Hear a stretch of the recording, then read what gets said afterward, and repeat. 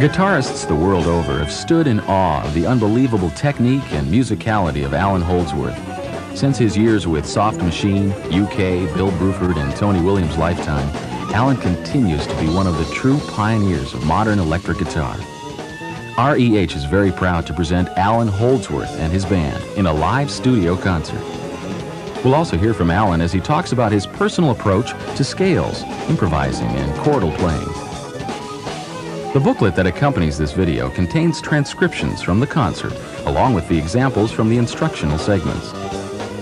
So we hope you enjoy this rare opportunity to get to know a truly outstanding musician, Allan Holdsworth.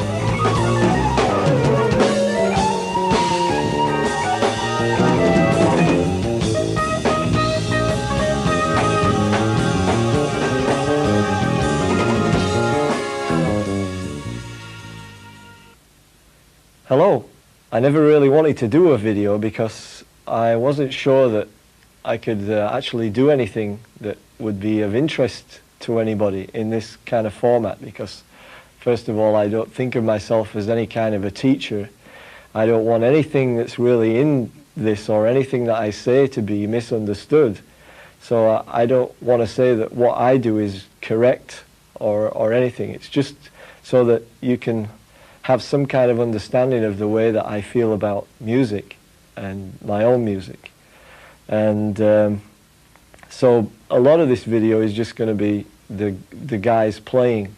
And then also I'm going to show what I consider to be like probably 10 of the most usable scales so that you can play over most anything. Well, this first tune that we're going to play is called Funnels, and I wrote it actually for a different group that were going to be playing at the Queen Mary Jazz Festival a few years ago.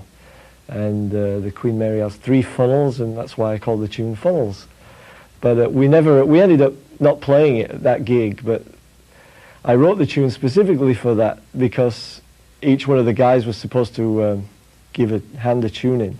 And I wrote this tune with the same changes for the head as for the blowing, so that it would be kind of easy for everybody to play. But it didn't end up that way. But we, since then, played it with my own band, and well, this is it.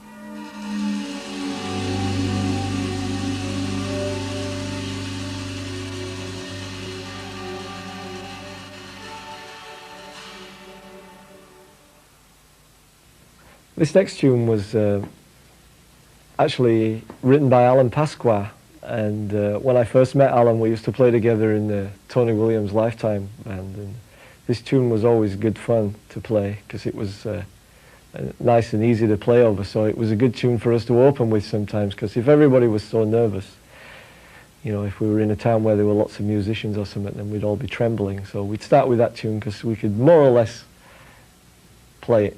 So here it is.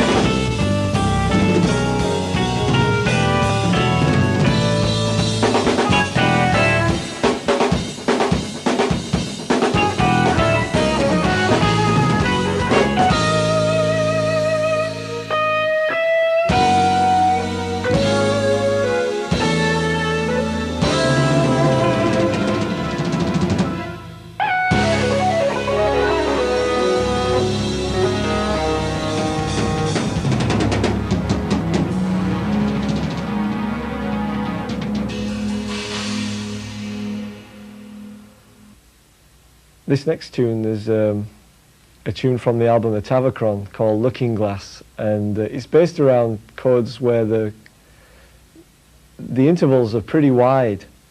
Like, for example, the first few chords are played on the first two strings and the last two strings only. But I like to do that because then you can give each tune a colour rather than just playing the same voicings for, you know, your favourite voicings in every tune. I like to try and make each tune a little more specific than that, so that they have a specific thing that happens more or less in that tune alone, and it's not something that's found consistently in any of the other ones. Although there's obviously, because it was my composition, I guess there's some thread of evidence of lunacy in there somewhere. But anyway, this tune starts with these chords.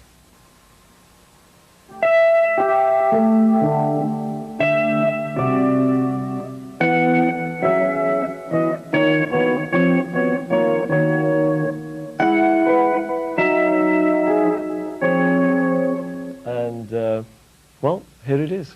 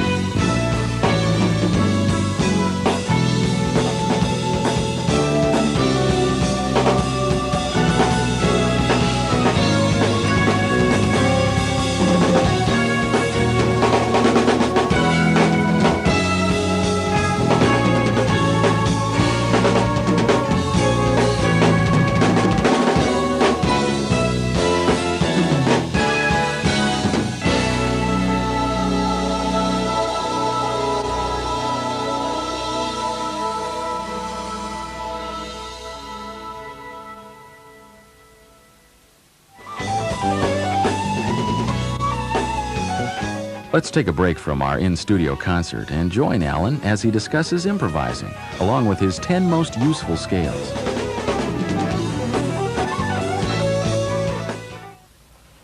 Well, I guess in the beginning I wanted to learn how to improvise. I was always interested in that, and I knew that if I wanted to improvise over chord changes, I'd have to figure out, you know, all the scales that went with all those chords. So because I was particularly stubborn, and my dad was always around to help me, but I didn't like to ask him because I wanted to figure it out on my own. Yeah, sure. But so I guess I started out trying to figure everything out by using math.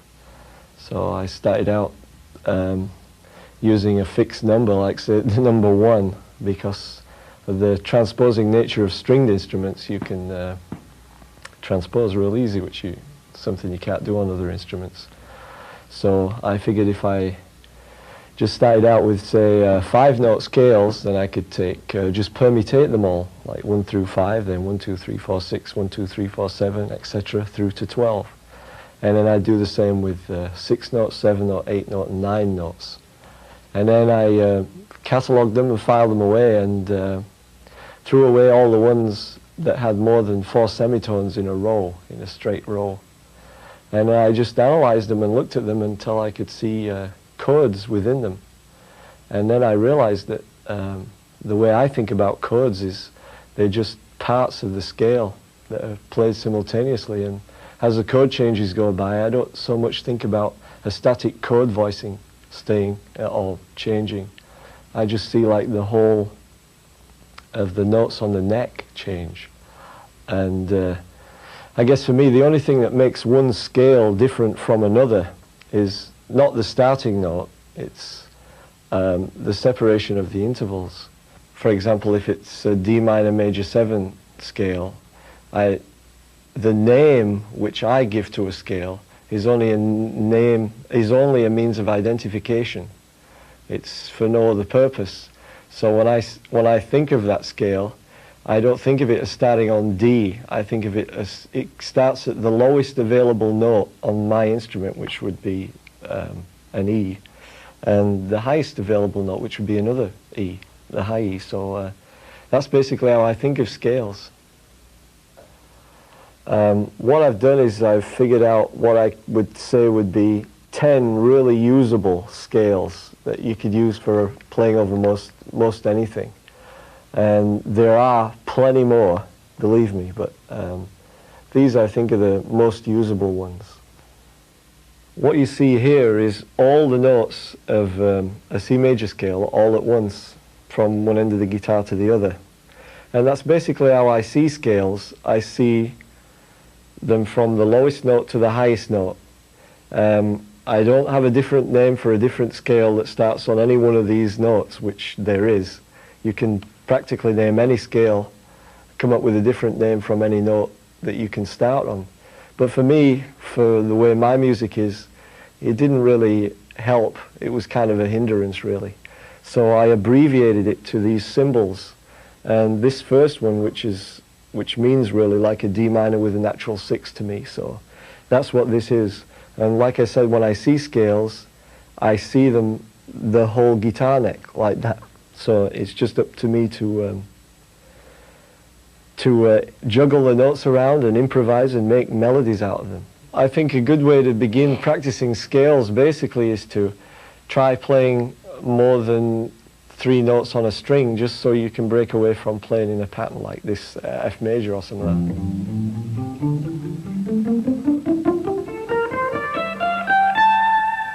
And just start thinking of it more like that. That way you end up in different parts of the guitar. You know, you can start on the low F and end up on a high A or something.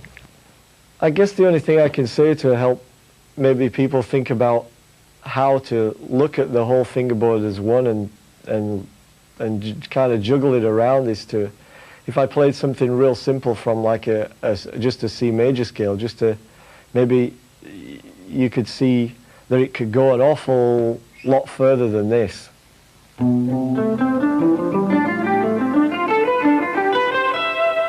Just as an example of juggling things around.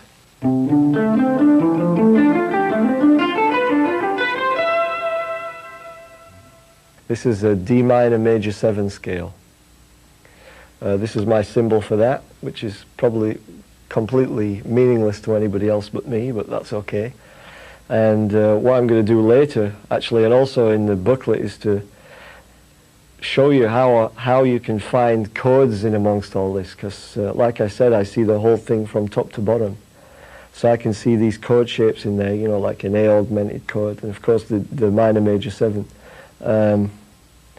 But I guess we'll go into that in more detail in the booklet. All of these scales that I've given here are not the same scales with different names. They're actually different based on the fact that they have different interval permutations. So this scale is an A minor major 7 and a flat 6. This is my symbol for that, which of course again is completely meaningless to anyone but me, but this is that scale. This scale is what I call a minor major 7 with a raised 4th, and I like this scale a lot. Some people refer to it as a harmonic major scale, like if I played this in E, which I used in one tune from a while ago on the old IOU album. There was an E pedal section in a tune called Letters of Mark, was based kind of on this scale really. And I've heard some people call that scale a B harmonic major, but for me, like I said, I always relate them to the closest minor in my head, if there is anything in my head. This is the crazy symbol that I use for that, and the chords I was talking about were just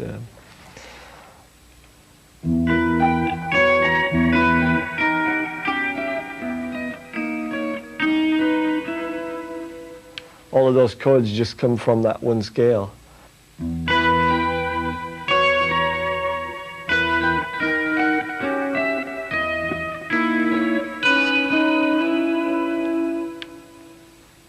This next scale is a symmetrical scale. It's just what I call a double diminished scale. I think most people just refer to it as a diminished scale. So it's just this one. The actual name for it is usually a half step away from the name that I use, because I always think of this scale as being related to an altered dominant chord. For example, if I played this scale, which is essentially these notes,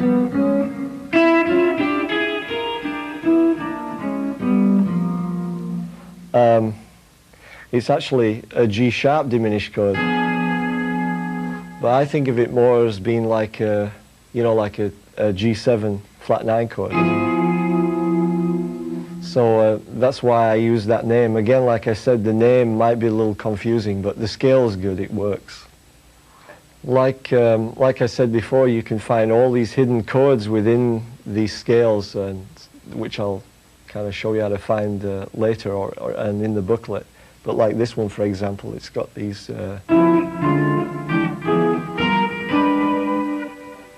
This scale's a very usable scale because it's very easy to disguise, but at the same time, if you play it in certain other ways, it's too recognizable and sounds pretty lame. So I always try and, with this particular scale, always juggle the notes around a lot so that it's more difficult to identify. But yet, when you're listening to it, you can hear some kind of logic in there. These next three scales are what I just refer to them as basically kind of like jazz scales, but I don't use these particular three a lot, but I think it's really good to know them, so here they are. This is just like a B flat major scale, but it has the raised fifth in it as well.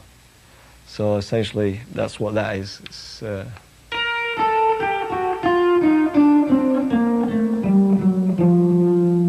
those are the notes in that. This scale, I guess, again, this is my crazy symbol for it, and I just call it a C dominant 7 scale. It's basically just like a regular C major scale, but it has the flat 7 in it as well, so it's just like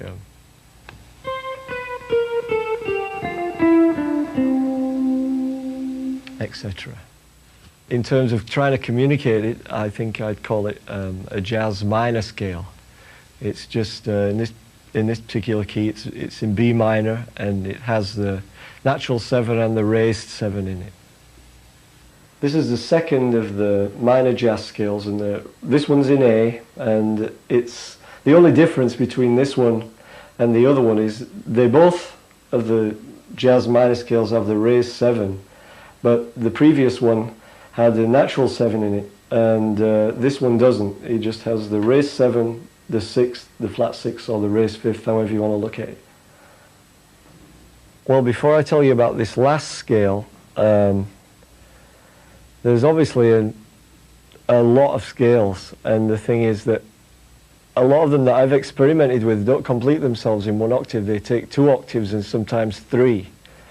But rather than trying to get into those right now, is this particular scale I've used quite a lot as a scale to modulate from one chord to another, or or because it's a symmetrical scale, so it has a sound that you can recognize when you kind of hear it. And I'm not sure how you go about naming what key it belongs to. But for me, I think of this one as basically like a C minor, because a C minor, an E minor, or an A flat minor, because here you've got like the A flat minor and an A flat major triad, an A flat, a G minor and a G major triad at the same time. But as you can see, it's a perfectly symmetrical scale, so you can have some fun with that one.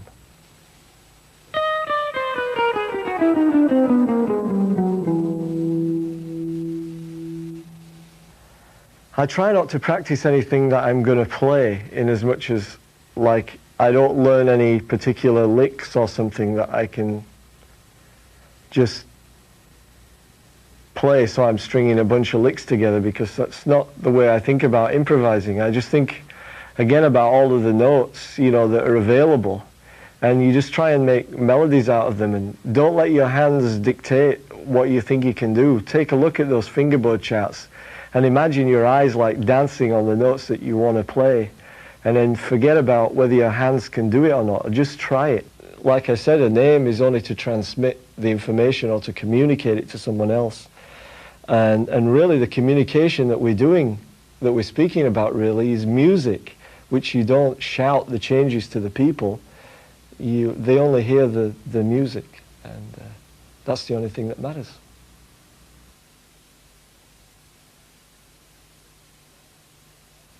Well, I guess I started with the legato thing by accident, because I didn't really know what was happening, and I always wanted to play a horn, so I guess subconsciously I was trying to make the guitar sound more like a horn.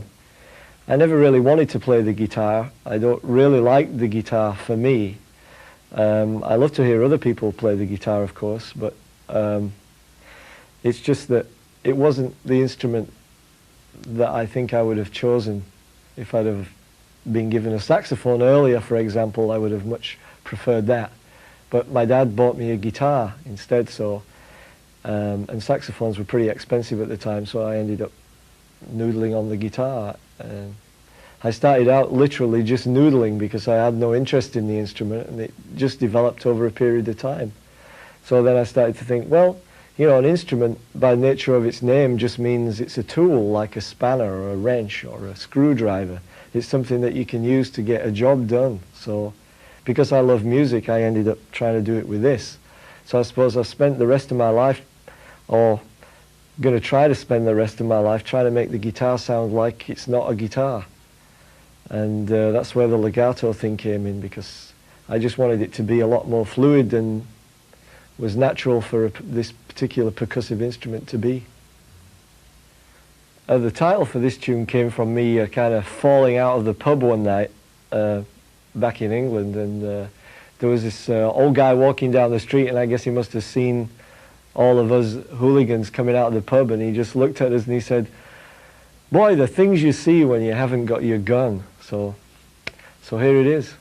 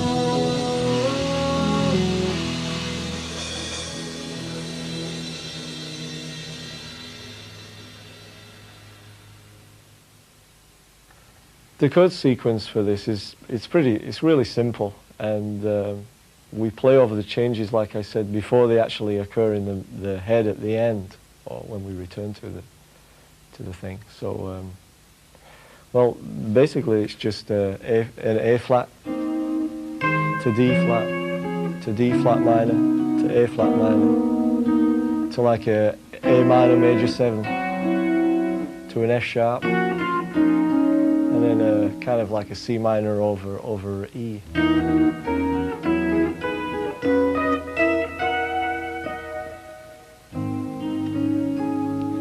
Back to A flat.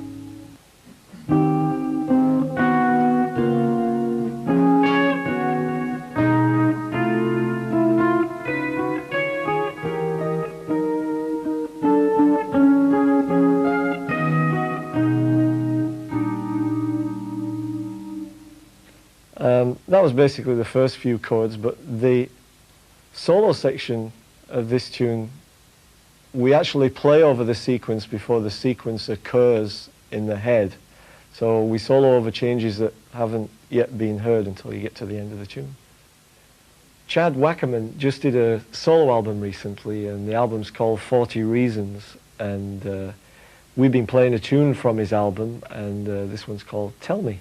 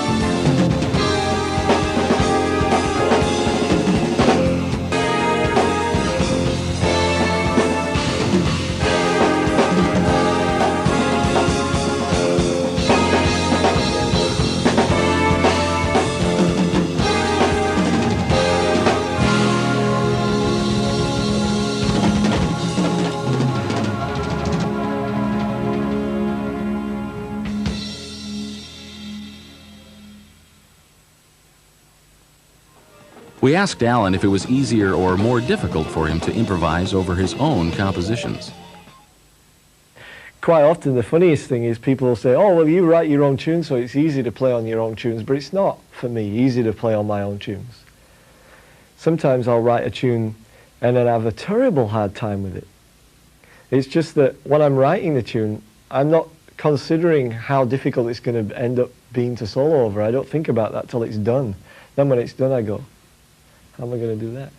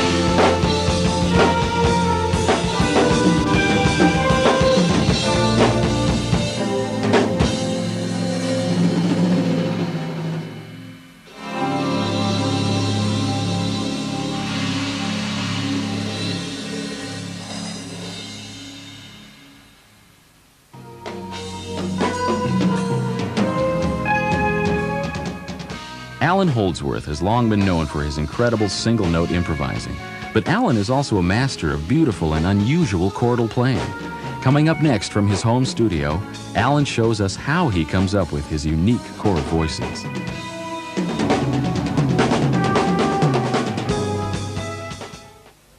People ask me a lot about chords and the way I think about chords. And the way I do think about chords is I just think of them as being, say, members of a family. And I think of a four-note chord, for example, which most guitar chords are, as just being four members of a family. Say you have imagine a seat with 8 family members on it, and you say, 4 stand up, Stephen, George, Sarah, Winston, or whatever, stand up, and then you take a picture of those, and that's that particular chord. But they're all members of that one family. So when I hear chords moving from one chord to another, I don't just hear the static voicing of that one particular chord, although that may be important in a head, say, for example.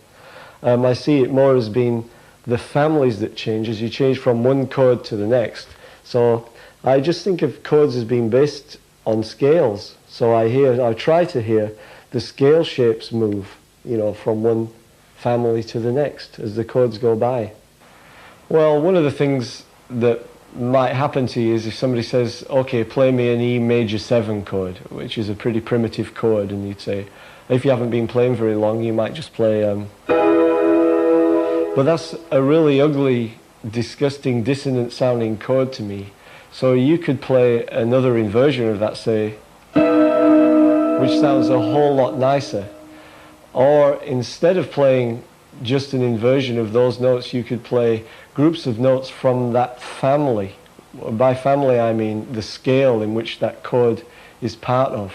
For instance, you could play some of these chords, which are all based on the E major scale.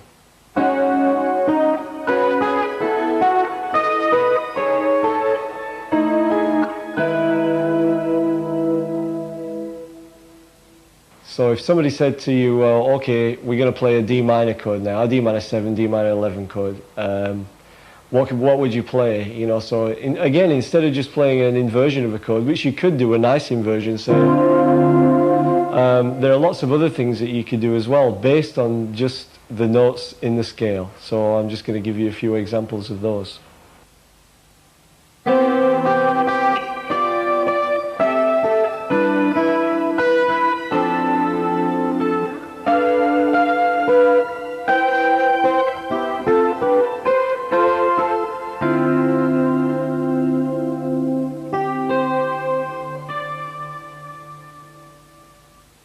These are pretty basic chords, so as you can see, like a C major, D minor, G7 chord, any one of these notes from the scale will work. So now I'm just going to play some more examples of using the same notes from the same family, but now they're going to be kind of related to C major as opposed to D minor.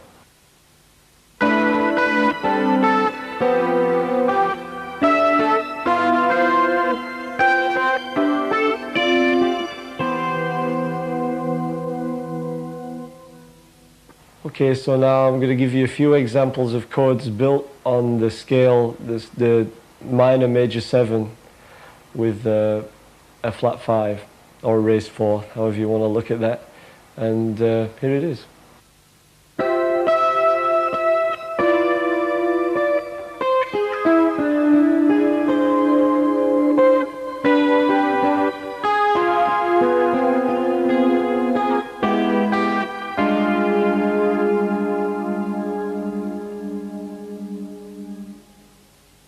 Here's some more examples.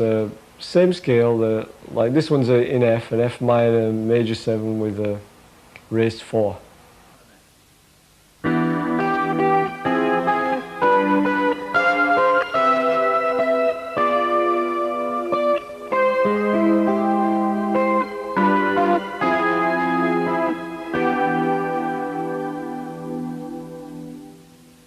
This would be a good time to check out the charts, because that way you can take a chord or a voicing that you really like and see if you can fit it or find it somewhere in the scale, and then take each one of those notes and move it up to the next step in that particular scale. That's all these are, they're just chord scales. So here's another example.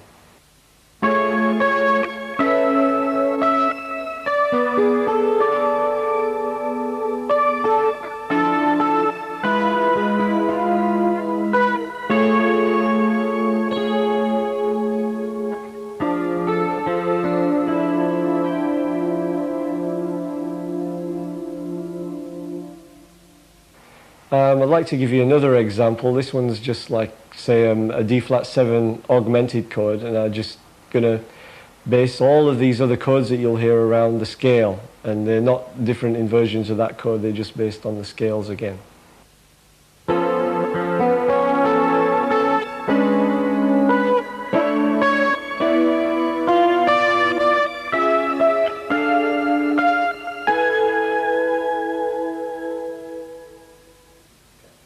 These 10 charts that I drew up, I think, for me, they're the most usable and practical scales, because they allow you to improvise using these scales over most of the chords that you would come across. I mean, there are more, obviously, and there's hundreds of thousands of different scales, and you go crazy trying to figure it all out. But I think these are very useful scales, particularly the first 5, because they're more harmonically defined than the last 5, which I group as the jazz scales. The jazz scales have extra notes, and one extra note usually in each one, which makes them in some ways a little more ambiguous, but nevertheless I think they're really useful, and I think it's good to know them. And like I said, when you look at these charts, try and see the whole neck as if they were all lit up, you know, all those dots are lit up on the neck, and try and memorize those, so when you see chords go by, you see all of these notes changing under your hand, so you can make melodies from them. The idea is really to make music, because really names, like I said before, they're not important. It's just the language that we try to speak is music. So that's the bottom line. If you can make melody from the thing and make some music out of it, then it's okay. Well, this tune is called House of Mirrors because it kind of reminds me of like being in a house of mirrors, because it modulates a lot, and I like that. You know, that's why that system of numbering chords, like for example 251 or whatever, doesn't really work too well for me with my music, because they move around too much to ever have one that stays a one. But I guess because this tune does modulate a lot, that's where I came up with the title, House of Mirrors.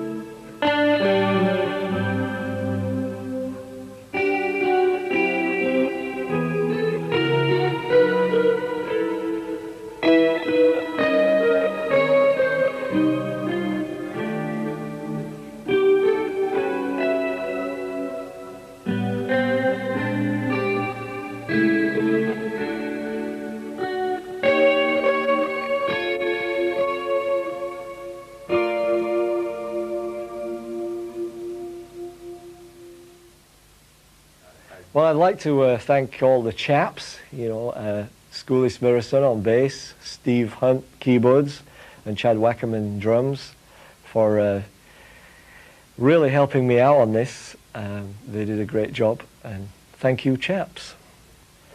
Well, I hope it wasn't too much of a miserable experience, and I'd really like to think that you can get something from this. And the thing that I really wanted to get over is that I really am a big believer in trying to figure out ways to do things on your own, because then they become more meaningful to you. You understand them on a much deeper level than you would if you were just repeating something parrot fashion or something that someone else showed you.